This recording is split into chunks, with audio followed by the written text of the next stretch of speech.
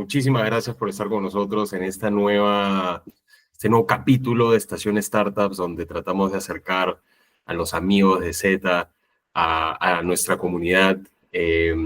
Bueno, hoy nos acompaña el buen José García Gers, entrañable por toda la comunidad en toda Latinoamérica. Nunca he conocido a alguien que diga que le cae mal. ¿Cómo está, José? Gracias por estar acá. No has conocido a suficiente gente, entonces, Alberto, nomás. Me falta de conocer gente de tu antiguo trabajo. Pero... Todavía, o sea, uno no termina de crecer hasta que tiene haters, dicen. No eres un influencer hasta que no tienes una comunidad de haters. Pero fuera de bromas, muchas gracias por tus palabras y muy bacán acá de tener la oportunidad de conversar contigo. No, encantado, José, encantado de tenerte acá. Y quiero empezar con una pregunta que he respondido 1 millón de veces, ¿no? Pero cuéntanos cómo han sido tus primeros pasos en el mundo del Venture Capital, qué te trajo a esta industria tan retadora, ¿no? Como una industria del Venture Capital, donde estás levantando capital, tomando decisiones de inversión súper complejas, ¿no? Cuéntame un poco de cómo llegaste acá y qué cosa te preparó para entrar al Venture Capital. Bueno, mi carrera, como ya creo que sabe la mayoría, es de financiera y de inversiones desde hace más de 30 años. Banca de inversión, private equity. Yo ya había levantado fondos, había invertido en empresas de private equity, había levantado fondos en Perú y en Colombia. O sea, tenía ese background de inversionista ya.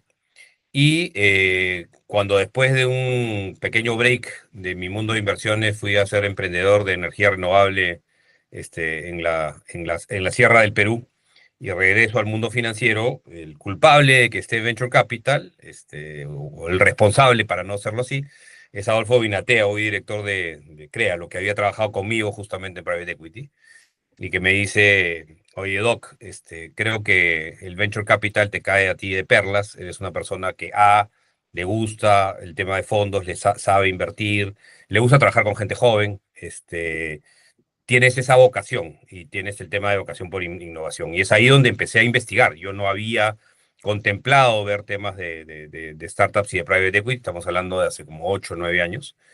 Y ahí es donde empiezo a investigar, empiezo a mirar, empiezo a aprender, ¿no? Que era definitivamente, aunque la estructura de los fondos es muy parecida a private equity, el underlying asset es muy distinto, ¿no? Empresas mucho más chicas, empresas sin flujo de caja, empresas con valorizaciones a veces inexplicables. Entonces, había que desaprender la lógica de inversión de private equity un poco y aprender la nueva de venture capital. Y ya después de un tiempo de aprendizaje, de hablar con mucha gente, me animé primero a hacer inversión ángel y luego ya crear un fondo. En ese entonces todavía estaba en Winnipeg. Crear un fondo de presemilla, un fondo para empezar a invertir, conocer el activo y, bueno, aprovechar las oportunidades que se empezaban a generar en ese entonces, ¿no? Es curioso, hace poquito me invitaron a dictar para el MBA del PAD y es curioso todo lo que menciona de desaprender, ¿no? Es como una industria muy similar, pero diametralmente opuesta, ¿no? Ujú. ¿Cuál crees que son como las diferencias principales al momento de invertir, ¿no? Porque desde la metodología de valorización, yo cuento transacciones en las que he estado como, recuerdo la venta de Kulki, por ejemplo, que se vende a varios millones de dólares con un capital social de 1.600 soles para que nos vende otro país, no sé, 400 dólares de capital social. Cómo que realmente en M&A no se llega a explicar realmente, ¿no? Pero ¿cuál ves tú que es esa diferencia para la decisión de la toma de inversión, ¿no? Entre M&A y Venture Capital. Ahora, Sobre todo en etapas de Venture Capital también, ¿no? o sea, private equity y venture capital, ¿no? O sea, Claro. de arranque hay un tema de estrategia de diversificación totalmente distinta, mientras que private equity, un fondo clásico, digamos, un fondo como el primero que manejé de 15 y luego uno de 45, inviertes en 5 o 6 empresas, entonces es un portafolio mucho más acotado. Mientras que en un fondo, el otro fondo, el primer fondo de Venture Capital que he manejado, era menos de $1 millón, pero invertimos en 26 empresas, ¿no? Tickets muchísimo más pequeños, pero con una diversificación mucho más grande. Entonces ahí empieza la gran diferencia, ¿ya? De que en un lado, en Private Equity, no se te debe caer ninguna inversión, ¿ya? O sea, tienes que acotar el downside, tienes que protegerlo mucho más. Y por lo tanto, y luego empezar a apostar no por un ganador, sino porque ojalá que la mayoría del portafolio sea ganadora. En Venture Un Capital es portafolio distinto. sólido. Es un portafolio sólido donde algunas van a ser mejores que otras, pero no deberías perder ninguna, y deberías tratar de, digamos, las exitosas, tratar de llevarlas a ojalá 5x. Mientras que en Venture Capital, si sabes que la mayor parte de tus empresas van a fallar, van a quebrar, y que por lo tanto tienes que apostar muchas balas para ver en cuál, pues a cuál de ellas puede ser la ganadora, porque si tuviéramos la bola de cristal y supiéramos exactamente cuál, no haríamos fondos, sino invertiríamos en solamente las ganadoras y punto, ¿no? Entonces, esa es la primera gran diferencia, o sea, diversificación primero y luego saber que los ganadores del portafolio van a ser pocos, uno o dos, máximo tres, que son los que te van a hacer el fondo y te van a dar el retorno, y por lo tanto tienes que apostar, digamos, a muchas, ¿no? Y ahora, igual tienes que apostar que todas, las 26 o las 25, tú tienes que creer que te pueden devolver el fondo 3 o 4 veces.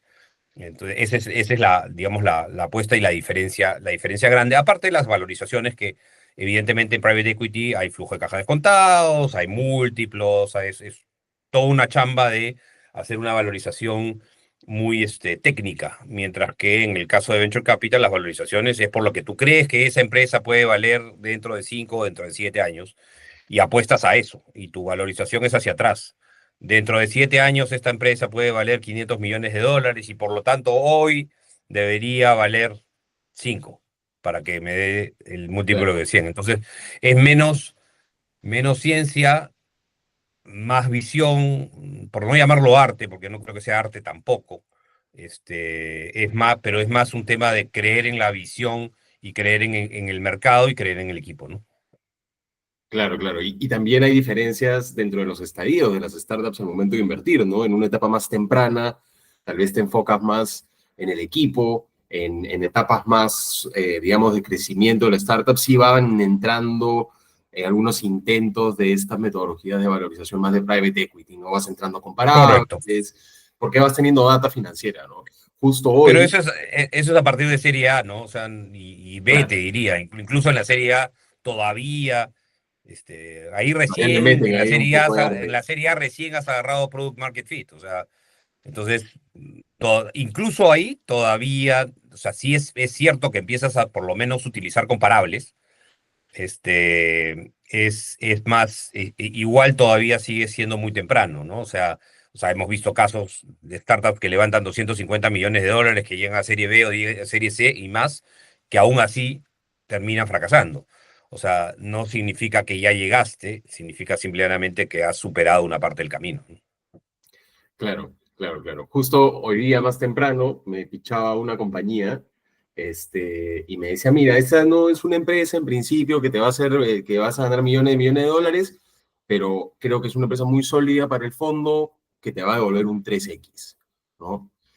Que te lo pone el founder. Y cojo algo que dijiste que es de las 25 inversiones que tienes, no es que dos, tres tienen que tener la posibilidad de, como he escuchado otras veces, son dos, tres compañías las que terminan pagando la fiesta, ¿no? Todas tienen que tener la potencialidad de pagar la Ujú. fiesta. Se te van a Sí. caer, digamos, el 65% se te va a caer en el camino, pero absolutamente todas tienen que tener esa posibilidad. Ujú. No hay esa como perspectiva que dices tú como de control de daños que puede haber en private equity, que te sales antes, que no pierdes todo, pero terminas vendiendo antes, si tienes como write-offs completos de 0x, ¿no? Es que en Venture Capital, de verdad que no, el downside, o sea, si tienes que creer en el upside. El downside, en la mayor parte de los casos, va a ser que vas a perder todo. El downside es que va a ser un write-off y no te vas a poder proteger de eso. O sea, es imposible casi protegerte de eso. Y además no te sirve de mucho, porque como has invertido en tantas, o sea, no vale la pena pensar mucho en los temas, porque eso igual a la hora de analizar agarras y dices y miras los riesgos, pero el riesgo al final lo que te tiene que hacer creer es que si va, llevarte a la decisión binaria del sí o no. Yo siempre digo, si tú crees que el riesgo es demasiado alto, no inviertas. Pero de verdad, yo creo que la capacidad de los que invierten en venture capital es mirar el upside. Hay que mirar el upside y hay que creer que de verdad tiene ese potencial. Si en el camino pasa algo, ya sabemos, ¿eh? Totalmente. Y me interesa mucho esa etapa tuya de inversionista ángel, ¿no? Justo el otro día tenía, no una discusión, pero como una conversación, si quieres, por redes sociales con alguien en México y hablaba esto de que pocos inversionistas tienen una tesis de inversión, ¿no? Cómo los inversionistas ángeles no se ponen en esta misma posición que se ponen todos los fondos de Venture Capital de, oye, el 65% de tus inversiones van a quebrar. Entonces tienes que Ujú. tener un plan de inversión alrededor de eso también, ¿no? ¿Cuáles crees que fueron tus aprendizajes más relevantes como inversionista ángel? ¿Qué cosas estás viendo en el mercado que tal vez high net worth individuals que quieren, les interesa, digamos, el venture capital como asset class, necesitarían ver, ¿no? Bueno, fue muy corta, para serte honesto, mi participación como Ángel por dos razones. Una, porque invertí muy rápido en el fondo en ABP, entonces ya ahí tenía diversificación per se, eh, porque tampoco tenía el tiempo de dedicarme a ser inversionista ángel, o sea, tenía otras actividades que hacer. Y si me hubiera dedicado, o sea, el inversionista ángel tiene que darle mucho tiempo al análisis de cada una de las inversiones. Entonces yo en ese momento, y eso fue antes de lanzar mi propio fondo, preferí, digamos, que esa diversificación y ese análisis estuviera en manos de un equipo en el cual yo creía, que en ese, ¿no? Y esa fue mi decisión. O sea, agarré y dije, ok, las balas que tengo las voy a poner ahí. Y tampoco es que, digamos, y lo otro, ¿por qué? Porque eso me permitía que mi promedio por inversión, en el caso de, digamos, de ABP por el monto de inversión, terminaba siendo algo así como $5.000, que era más o menos lo que estaba apostando yo. Yo tuve una inversión de 20.000, y de ahí me arrepentí, ¿ya? Porque dije, no debí concentrar tanto en una sola. Ya, felizmente todavía están dando, felizmente todavía tengo perspectivas buenas, pero también hubiera sido como las otras que les puse 5 o 10, pero después de un tiempo dije, no, yo voy a poner 5. Y en el caso de ABP era porque en promedio al final mi ticket, digamos, mi inversión en el fondo dividido entre la cantidad de startups era más o menos esa.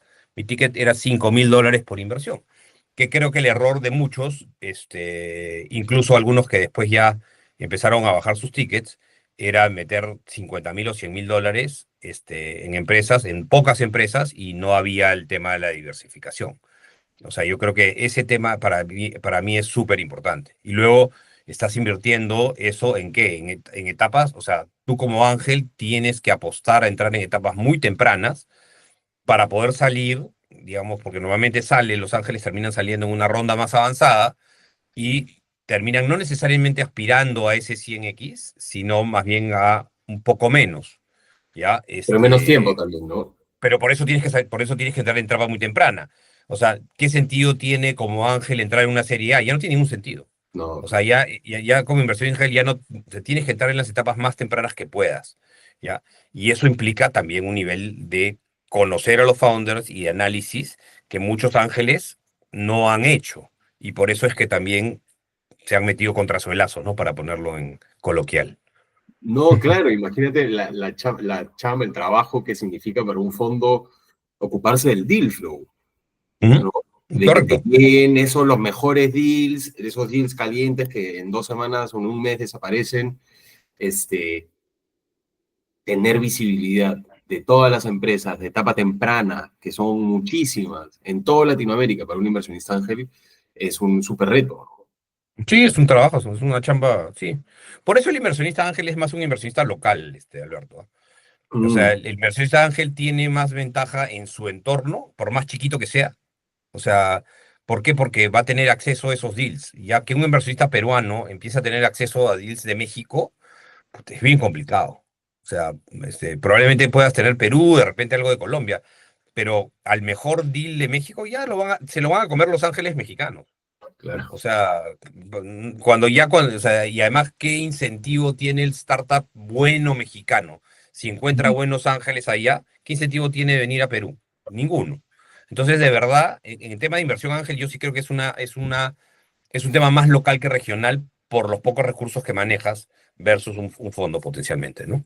Y también por el impacto, ¿no? Hay algo que a mí lo que me terminó enamorando del Venture Capital es que es una inversión donde, por lo menos en etapa temprana, pero también dependiendo de tus skills, en etapas más tardías, eh, tú como inversionista tienes un impacto directo en el éxito de esa inversión, ¿no? Puedes abrir 1 millón de puertas, puedes, si eres un financiero, puedes ayudarlo con tus capacidades, los amigos que tienes, puedes generarles ventas, ¿no?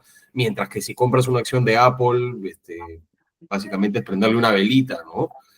Comprándote una laptop no es que vas a mover un ápice de ese precio por acción, ¿no? Pero invirtiendo en un emprendimiento de etapa temprana en Perú, realmente le puede generar mucho valor a un par de personas que han encontrado un problema y lo quieren solucionar. No, de acuerdo. O sea, sí hay el potencial de generar ese impacto en algunas startups, ¿ah? Yo siempre digo en las que de verdad lo necesitan, porque hay algunas que no te necesitan tanto. Algunas te necesitan y algunas que ya son muy buenas y que los founders son muy buenos y que no necesariamente necesitan tanto apoyo, si quieres, ¿no? Siempre puedes ayudar a abrir puertas, pero siempre, o sea, yo siempre digo, no hay que tampoco, y es opinión impopular, exagerar el rol que puedes cumplir, porque, o sea, yo creo que tienes que medirlo, o sea, yo siempre digo, sí, sí tenemos o podemos tener un impacto, tanto como Ángel como fondo, pero también tenemos que, o sea, si el founder es muy bueno o el equipo es muy bueno y es un second o third time founder, generalmente ya se sabe todas, ¿ah? Claro. Y qué bueno por ti, porque como inversionista, esos son Y los tú que que, mayor capacidad de retorno tienen. O sea, los que menos te necesitan, mayor capacidad de retorno tienen. claro, claro. A mí me gusta decir que como inversionista soy hands-on siempre que el emprendedor me lo permita, ¿no? Porque también he estado del otro lado, tú sabes que yo soy asesor de emprendedores y me ha tocado emprendedores que me dicen, tío, este pata me pide estados financieros, me pide informes y como inversionistas también podemos terminar siendo más como fastidiosos que generadores de valor, ¿no? Sin ninguna duda, sin ninguna duda. Y Tenemos luego, una sobre buena todo, si, capacidad de arruinar planes también, ¿no? sí, no, o sea, totalmente. No, es una pérdida de tiempo y es un estrés para el emprendedor que lo que quiere hacer es operar, hacer crecer el negocio y no necesariamente tiene que estar, digamos, pendiente del inversionista que le puso $12,000, ¿no? Claro, claro, claro. Porque esos son los que más fastidian. Sí, sí, sí, también, también. Oye, José, y cuéntanos, hace poquito han hecho un rebranding súper importante, creo, para el ecosistema de Latinoamérica. Dos grandes inversionistas se han juntado, un equipo al que yo quiero mucho porque he trabajado con ellos antes de Cube Ventures, eh, con MKF. Cuéntame un poco, primero de MKF, luego conversamos de esta fusión y me cuentas un poco la propuesta de valor nueva, digamos. Sí, claro. O sea, MKF Ventures es un poco la continuación, slash rebranding o reposicionamiento de lo que era Winnipeg Ventures. Y ahora es MKF Ventures, ¿no? Nosotros, aparte del fondo de presemilla que se hizo, el Winnipeg Startup Fund, que lo estamos gestionando desde MKF, digamos, estuvimos en un proceso de levantamiento de dinero de un fondo especializado en Ethic y Future of Work durante un par de años y en un momento muy complicado para levantar fondos, pero bueno, las cosas se dan como se dan. Y con Santiago, bueno, Gregorio primero se incorporó al equipo de MKF Ventures, Gregorio Londoño de Colombia, y estábamos en el proceso de ver cómo relanzábamos el fundraising cuando tuve la conversación con Santi Rojas, y me dijo, oye, mira, acá nosotros ya tenemos esto, tenemos esta tesis, tenemos estos compromisos, ¿qué cosa puedes traer tú a la mesa? ¿Y por qué no unimos esfuerzos y hacemos un fondo, digamos, multinacional, si quieres, o por lo menos binacional, porque tenemos socios colombianos y socios peruanos. Y empezamos a tener esa potencia. Él ya tenía además un compromiso de inversión de Roberto Ponce, que es como la cuarta pata, aunque no ejecutiva, es una pata súper importante, banquero de inversión, inversionista en fondos, operador de fondos, con muy buenos resultados en alguna de sus inversiones en Venture Capital. y él se unió también, digamos, al equipo como miembro del comité de inversión y como advisor. Entonces, empezamos a ver sinergias, empezamos a compatibilizar las tesis. La mía era más especializada, la de él era más generalista, y llegamos a un tema de una tesis que, si bien la puedes definir como agnóstica, con sectores preferidos, o una tesis más human-centered en solucionar los problemas, digamos, de las personas en América Latina, con temas de fintech, edtech, future of work y healthtech, o sea, salud.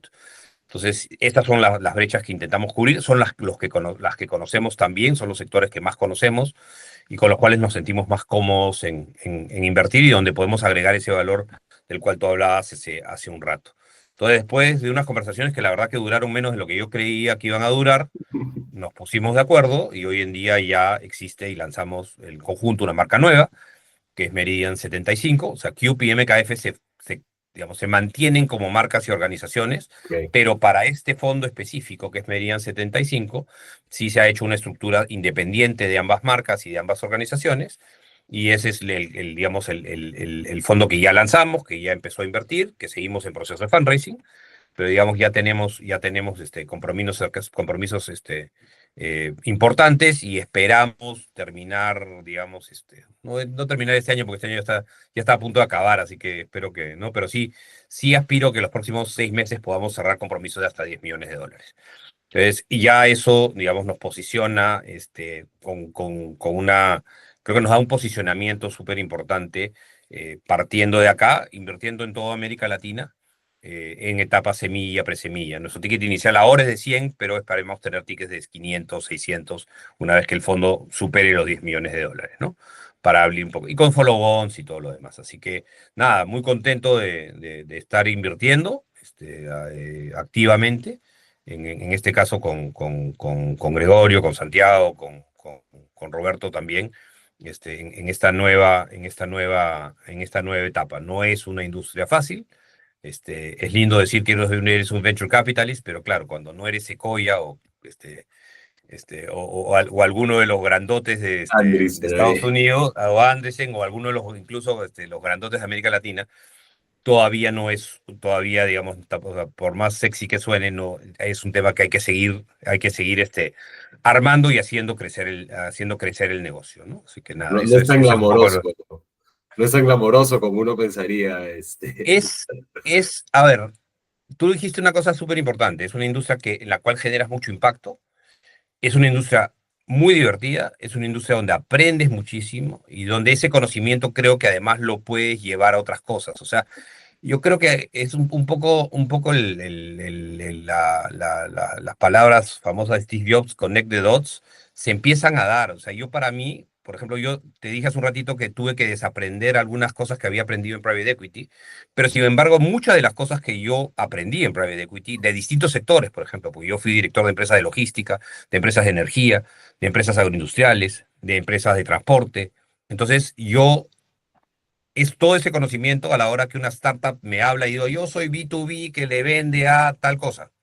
Ah, ya, interesante. Yo he sido director de una empresa en ese sector, entonces por lo tanto sé cómo va a funcionar. Yo he trabajado en banca. Entonces también, si hay una fintech, la lógica de cómo funcionan las cosas y cómo funcionan los bancos, si es que le vendes a los bancos, también las conozco por dentro. Entonces, es mucho del conocimiento que has adquirido, digamos, en private equity, donde también te metes, y también, digamos, no en gestión directamente, pero sí de otra forma, eso lo empiezas a aplicar también al venture capital, y al revés. O sea, todo lo que vas aprendiendo de innovación y tecnología en venture capital se puede aplicar, por ejemplo, siendo, digamos, y yo soy director independiente en varias empresas, y cuando llego como director, yo llevo esa visión que yo he ido aprendiendo del otro lado. Entonces yo creo que esa es la parte de cerrar, de empezar a cerrar círculos y empezar a agregar valor de distinta forma. Entonces yo creo que por eso es tan potente el tema de Venture Capital. O sea, independientemente de que siempre el tema del fondo pequeño es económicamente un desafío, por ponerlo en lenguaje bonito, porque los economics no funcionan tan bien en fondos tan pequeños, pero sí creo que, digamos, los impactos o las cosas o el valor que puede generar después en otros roles también es importante.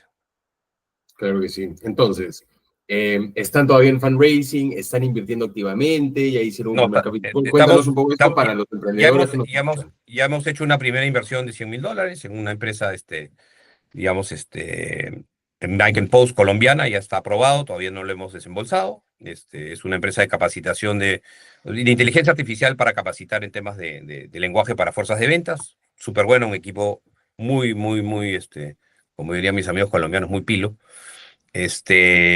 Y ahorita estamos mirando otras empresas en el pipeline de distintos sectores. Estamos viendo temas de salud, estamos viendo temas de fintech, estamos haciendo fundraising, hemos tenido ya un par de llamadas hoy en la mañana. Entonces, eso, Meridian está funcionando. Yo creo que Meridian va a tener y se va a consolidar los próximos 6, 9 meses como un player importante, digamos, en el tema regional. Y aparte de eso, como MKF y a manera personal, soy venture partner en otro esfuerzo que es con Colaborativo VC, con Alfredo Montoya, donde estamos, digamos, estructurando un vehículo de éxito estudiantil y empleabilidad muy concentrado, donde también la idea es tener inversiones de growth capital digamos, minorías, en instituciones de ladrillo, y cemento, o sea, combinar también, y yo creo que eso es una de las cosas que, digamos, va a ir evolucionando también la industria en América Latina, de empezar a ver de repente modelos un poco más mixtos y más híbridos, que puedan también adaptarse más a los apetitos de riesgo de los inversionistas, ¿no? Sobre todo inversionistas que son inversionistas más estratégicos, ¿no? Porque si tú haces un vehículo especializado como que también colaborativo está haciendo otros donde nosotros no participamos, para tienditas y bodegas, otro para agricultura, otros quieren hacer, digamos, Alfredo está montando con distintos aliados distintos vehículos. Ahí lo que tú tienes son inversionistas que, además de retorno financiero, buscan aprender y buscan retornos estratégicos, es decir, estar metidos en temas de innovación de su sector mismo, ¿no? Que es algo tal vez incluso contraintuitivo, ¿no? Que una tesis más específica, de alguna manera, se te hace más fácil el fundraising, porque no Se- tienes que como apuntarle a todo el mundo y que todo el mundo se case con la idea del venture capital en general, si no tienes este tipo de inversiones estratégicas, ¿no? Por ejemplo, el que tiene esta empresa familiar de hace 1000 años que está en construcción, va a querer invertir en real estate tech, ¿no? Versus si eres un de acuerdo. agnóstico y le dices, oye, eventualmente tendré ahí alguien que esté en construcción, ¿no? O sea, tu universo de potenciales inversionistas o LPs se te Menos. disminuye, pero tu comunicación y digamos, tu ratio de éxito se incrementa. O sea, es un poco el balance que tienes que encontrar ahí, ¿no? Claro, y eso lo está haciendo de MKF. Alfredo es otro crack también, me lo encuentro en todos Ah, los aeropuertos de Latinoamérica. Qué personaje más comprometido con el ecosistema. El único que elige los vuelos locos que elijo yo a las 11 de la noche, a las 7 de la mañana, lo veo corriendo por todos lados, pero también un tipo muy, muy agradable. Cuéntame, esto lo estás haciendo desde MKF. Aquí estás como venture partner. y ahí somos venture partners. O sea, nosotros no somos, el managing partner es Alfredo. Y MKF, digamos, lo estoy haciendo de MKF como venture partner, porque digamos, mi dedicación de tiempo mi compromiso de tiempo es a Meridian. Y en el otro lado, lo que estoy haciendo es apoyándolo desde un conocimiento que yo ya tengo en un sector donde yo ya he invertido y en un sector donde estamos dedicándolo un poco más de tiempo. O sea, ese es un poco también la intención de colaborar, valga con colaborativo, valga la redundancia en este caso, en estos esfuerzos, donde además Alfredo piensa y digamos, tiene el objetivo de hacer un ecosistema bastante más grande, y ojalá que le salga, porque ahí hay un tema de una estructura de fondos latinoamericano que necesitamos con mucha. Favoritos. No, sí, sí, sí, ojalá, porque sí creo que es importante para que crezca el ecosistema latinoamericano en general, ¿no? Tal cual, lo viví yo como first time manager, digamos, es complicado, ¿no? Porque al final terminas levantando un fondo de, qué sé yo, con 5 millones de dólares, con tickets de 50 a 100 y no mucho más, porque siendo un fondo emergente, digamos, o un manager emergente, pocos institucionales te miran, fondo de fondos eres muy pequeño, su ticket mínimo es el total de tu fondo, ¿no? Y pasemos a conversar un poco sobre lo que estás viendo en Latinoamérica en general, ¿no? Tanto de fondos como de emprendedores. Estamos viviendo ahorita como un cambio importante, yo creo que algo muy cercano a los 2000, ¿no? A toda esta época del punto com, eh, eh, o tal vez me dices, tal vez tu opinión, tú eres también siempre muy controversial en todas tus declaraciones después de los partidos, este, pero yo veo a la inteligencia artificial como algo que sí está generando como un cambio, no solo a nivel tecnológico, sino desde el cómo se hacen empresas, ¿no? Estamos viendo compañías valuadas en decenas de millones de dólares de dos, tres personas, algo que antes era impensable, ¿no? ¿Qué estás viendo tú empecemos por ahí, ¿no? Desde, ¿cuáles crees que son los cambios más, digamos, notables que has visto en el ecosistema de emprendimiento y de venture capital en Latinoamérica en los últimos años? Yo creo que lo que hay de los que de verdad lo entienden. Voy a entrar un poco voy a entrar primero al tema de inteligencia artificial que estás diciendo, porque creo que eso hay que medirlo dentro de donde el contexto completo. Pero hablando de inteligencia artificial, efectivamente, o sea, la persona que entiende cómo usar inteligencia artificial hoy tiene una ventaja brutal, ¿ya? Muchas personas piensan que saben lo que es, pero no lo saben de verdad, ¿ya? Pero yo sí creo que los equipos que profundicen en el tema y que sepan el tema y que sepan utilizar la infraestructura disponible, porque la infraestructura está lista para todos, ¿ah? Es súper democrática y es baratísima. O sea, la suscripción más cara de herramientas de inteligencia artificial te puede costar $250, ¿ya? Al mes. Eso es mucho más barato que un analista, ¿ya? Mucho más barato que un analista, ¿ya? O que un Y te pueda, desarrollador, que era lo y otro te que pu- te necesitabas hace 3 años. correcto, de un analista con el lado de inversiones para mí o de un Mm, desarrollador en el caso de las startups. Entonces, porque yo sí lo estoy mirando como un tema, porque yo creo que nuestra industria, la de Venture Capital, también va a sufrir disrupción y tenemos que ajustarnos a estas nuevas épocas en la forma en que buscamos a las startups, en la forma en que invertimos en las startups y en la forma en que ayudamos a las startups, pero sobre todo en la forma que las startups que vamos a elegir, porque aquellas que de verdad no son de inteligencia artificial van a sufrir una gran desventaja. No te digo que todas tienen que ser de inteligencia artificial, pero no, pero todas tienen que saber cómo usarla, ¿ya? Pero tienes que saber cómo usarla desde el conocimiento de tu segmento, desde el conocimiento de tu cliente. Yo creo que acá los que van a tener la gran ventaja son los que saben exactamente cómo funciona y que los que van a empezar a co-crear con los clientes. Porque hoy en día ya, digamos, lo que había sido el gran boom de SaaS, ahorita hay todo este cuestionamiento si con la inteligencia artificial y los modelos de agentes, lo que vas a hacer es empezar a co-crear tú con tu cliente el producto, pero ese mm. producto es mucho más personalizado que el que tenías antes, porque SaaS no es custom made. Mercado, ¿no? El CAT es un empaquetado que se lo vendes a la mayor cantidad de gente posible. Gran modelo de negocio, en su momento espectacular. La pregunta es si hoy en día la tecnología hoy te permite personalizar mucho más, sin mayor costo.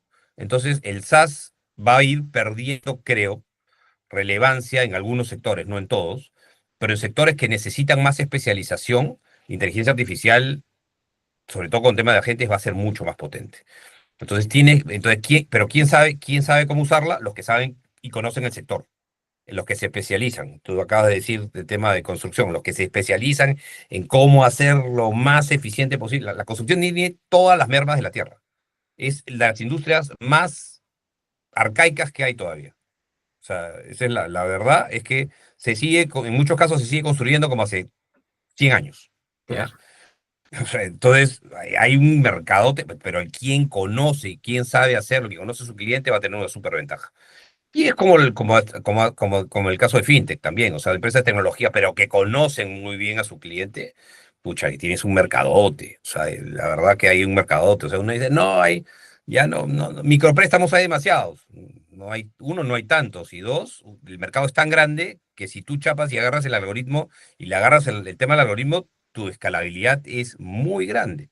O sea, incluso en industrias que que creemos saturadas y que no necesariamente están saturadas. O sea, yo creo que ahí hay muchas oportunidades, nuevamente, desde el punto de vista del conocimiento de tu cliente. Y ahí es donde se va a dar.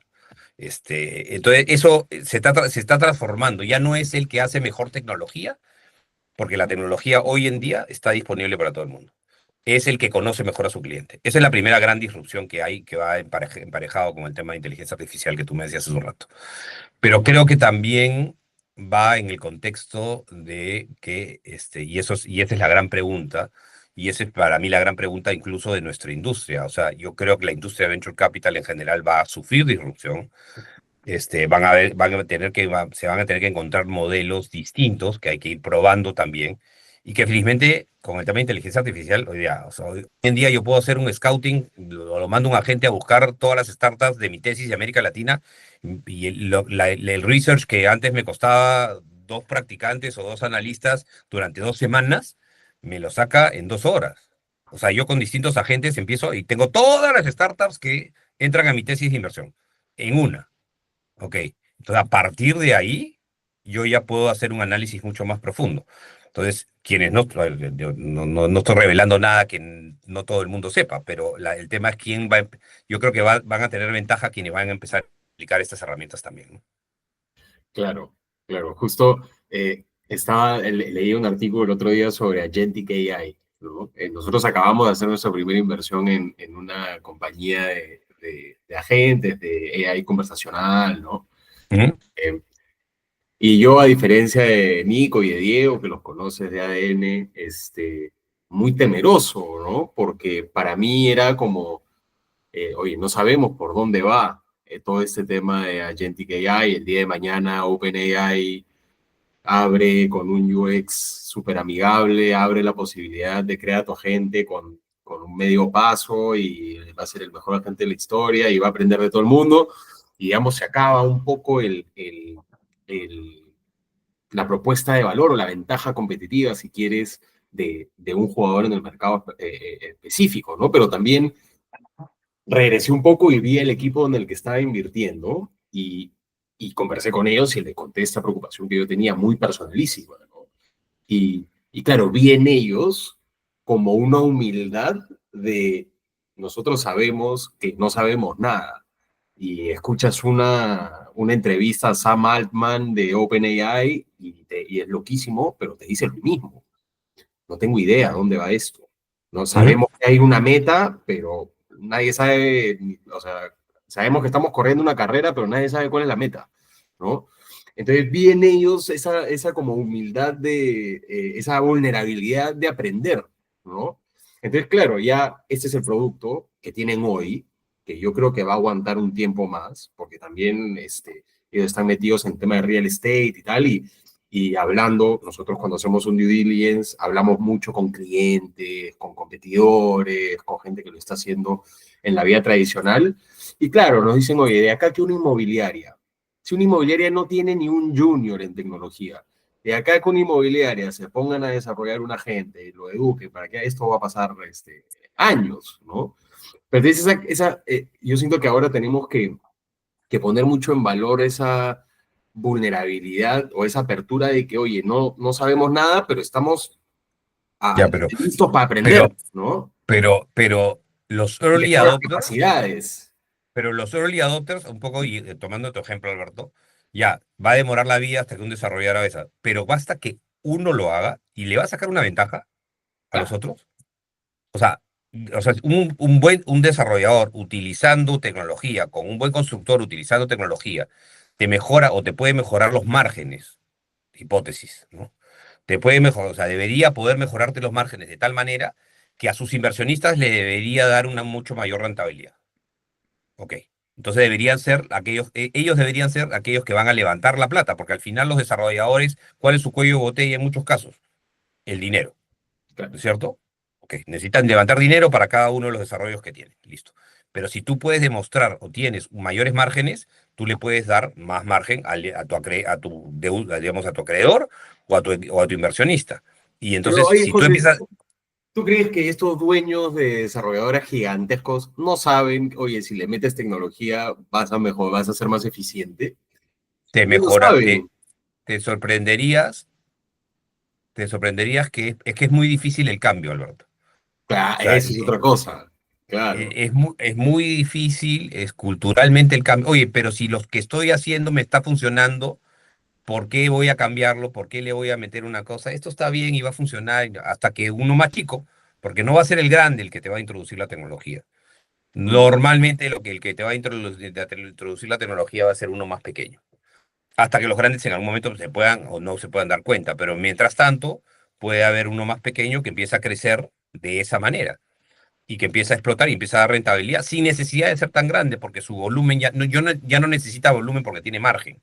O claro. sea, ¿me entiendes? Entonces, ni siquiera necesita todos esos recursos y toda esa infraestructura que hay ahí. No significa que un grande no se pueda dar cuenta. O sea, hay grandes corporativos que le meten mucha inversión a tecnología y tienen y sacan su ventaja competitiva también. Pero, o sea, sí saben, pero les cuesta el cambio. El cambio no es fácil. O sea, porque el cambio no es fácil, sobre todo cuando has venido ganando plata los últimos 20 años haciéndolo como lo estás haciendo. Claro, y es más, y justo me toca en el PBCC, me toca moderar un panel de corporativos en innovación, ¿no? Ujú. Y cada vez que veo corporativos como trabajando con startups, algo así, siento que es casi como el pro bono de una gran corporación, ¿no? Casi como para ellos es como estar ahí para la foto, ¿no? Son pocos los corporativos que realmente se comprometen con el ecosistema y se meten, invierten en startups, compran compañías y adoptan realmente la tecnología a la interna, ¿no? Porque tienes muchas compañías que están en la foto, tal vez, y están a la interna, vienen haciendo lo mismo, ¿no? ¿Cómo Sí, ves? Porque son necesarios, digo, son parte de los actores como muy importantes y relevantes en el ecosistema para pilotear, para invertir. ¿Cómo es la participación de los corporativos en Latinoamérica? a ver, es que Latinoamérica es muy grande y yo creo que en Colombia hay más innovación abierta que en Perú y yo te digo que en México en México y Brasil sobre todo hay más innovación abierta que en cualquier otro lado. Mm, Entonces, yo creo que Latinoamérica digamos, en este caso como región sí tiene diferencias muy grandes. Entonces, si queremos hablar del ecosistema peruano, sí, todavía falta, estamos lejos. O sea, no, yo creo que estamos muy lejos de verdad entender lo importante que es el tema de innovación abierta. O sea, mi amigo y doble invertido, que es Space AG, César Urrutia, donde soy Ángel y como estoy como fondo y como Ángel, lanzó un artículo muy interesante que yo lo compartí que decía que le ha pasado ya 2 veces que él venía a vender su software y las empresas le decían, no, yo puedo hacer ese software, no te preocupes y yo me encargo.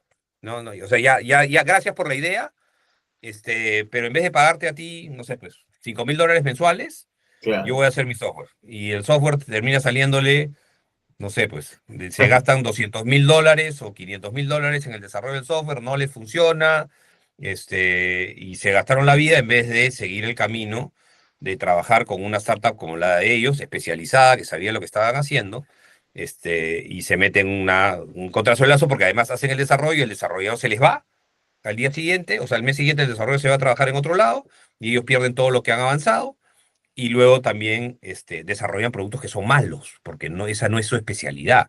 Una empresa agroindustrial no es una empresa de software, es una empresa agroindustrial. O sea, tiene que saber qué cosa es lo que hace. Ya, ese error lo comete mucha gente. O seguir el modelo de voy a contratar a la empresa de software grande y me voy a gastar $1.000.000 cuando, oye, escúchame, tú podrías estar pagando $10.000 mensuales. 10.000 por 12, $120.000 mensuales. Son 8 años de pago versus meterle $1.000.000 ahorita, sin saber si funciona o no, mientras que lo otro, tú ya lo puedes mejorar, puede ser que sea imperfecto, pero ese $1.000.000 tampoco te garantiza que tengas una solución perfecta. Entonces, Claro. ese error todavía se comete mucho, Mm, ¿ya? De creer que y en vez de estar abierto al tema de innovación abierta y apostar por soluciones, evidentemente las soluciones tienen que ser buenas.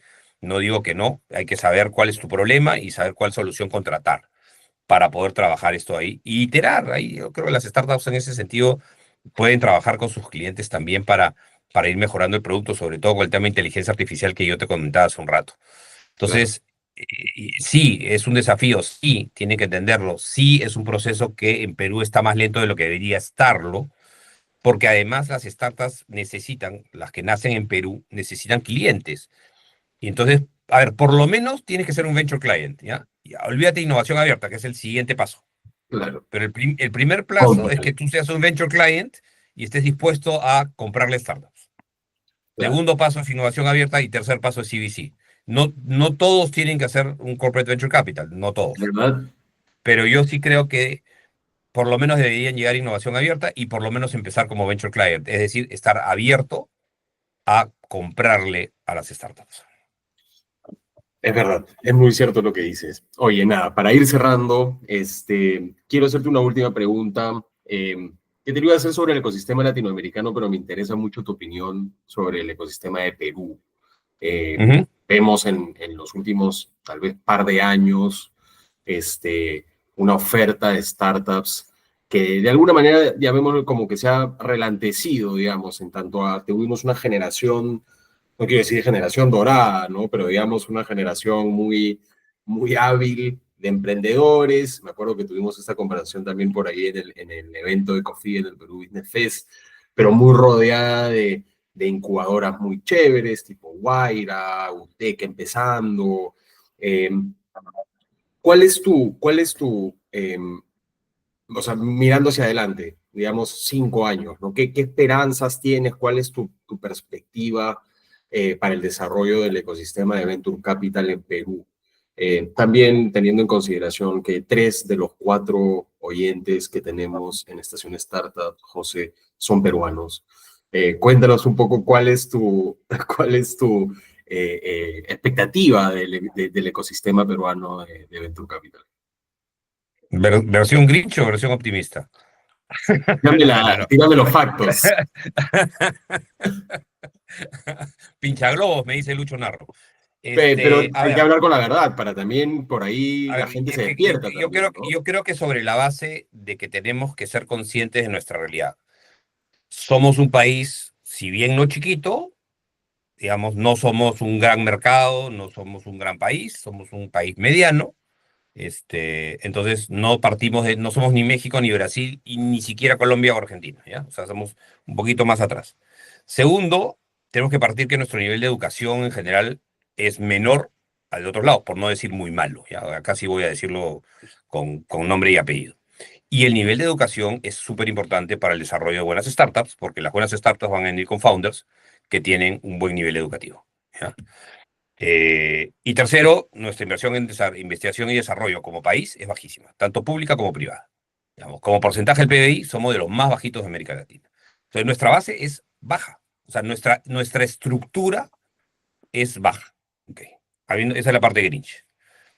¿Qué cosa tenemos que hacer? Siendo eso cierto, tenemos una agroindustria espectacular, siendo eso cierto, tenemos una gastronomía espectacular, siendo eso cerca, y si nos dejan, podríamos tener un sector turismo o tenemos un sector turismo clase mundial.